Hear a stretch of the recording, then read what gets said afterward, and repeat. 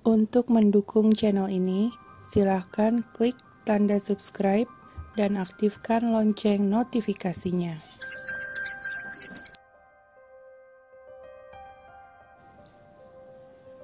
Hai, ketemu lagi di Scary Notes Horror Podcast.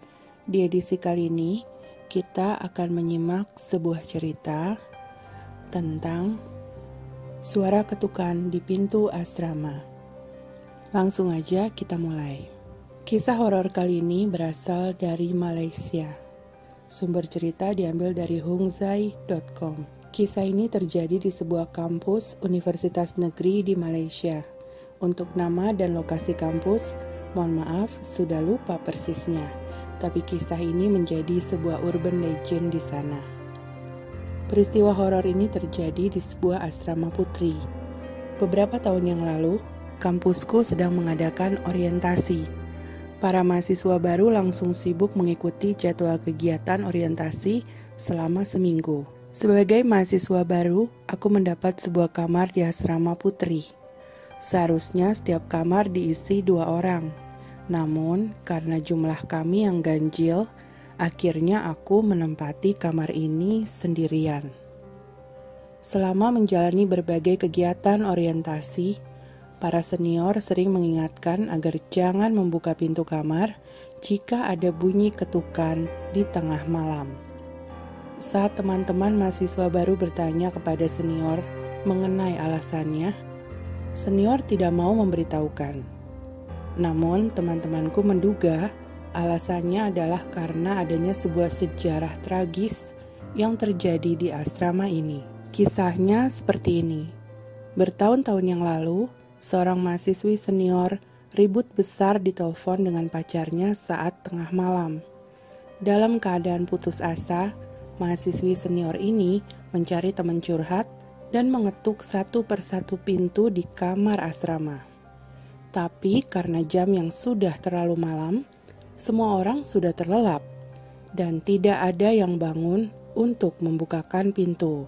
Karena putus asa, kalut dan tak bisa berpikir jernih dan tak memiliki teman bicara, akhirnya mahasiswi malang itu naik ke lantai atas dan loncat mengakhiri nyawanya. Sejak saat itu, di malam hari akan ada suara ketukan di pintu-pintu kamar asrama putri, tepat di jam di mana sang mahasiswi senior tersebut bunuh diri. Saat mendengar kisah ini, aku sangat ketakutan dan tidak berani tidur sendirian. Ketika malam tiba, aku masih terjaga mengingat kisah seram ini. Bunyi jam dinding terdengar jelas, dan tiba-tiba aku mendengar ada bunyi ketukan pelan dari ujung lorong. Dimulai dari kamar pertama. Ketukan itu disusul dengan suara perempuan yang bertanya, "Ada yang bisa diajak ngobrol?" Suara ketukan dan pertanyaan semakin keras terdengar mendekat dengan nada pedih yang memilukan. Saat suara itu semakin mendekati kamarku, aku pun sembunyi di balik selimut. Saat ketukan itu sampai di depan pintu kamarku, bunyinya pelan. Lalu disusul kalimat, "Akhirnya ada yang bisa kuajak ngobrol di sini." Jantungku seakan berhenti berdetak saat mendengar kalimat itu. Aku pun pingsan. Oh iya, ada bagian cerita mengenai peristiwa bunuh diri senior tersebut yang belum aku sampaikan, yaitu saat senior itu loncat, tubuhnya jatuh dengan posisi kepala duluan. Jadi, sosok hantunya akan berjalan dalam posisi merayap dengan kepala di bawah dan kaki di atas.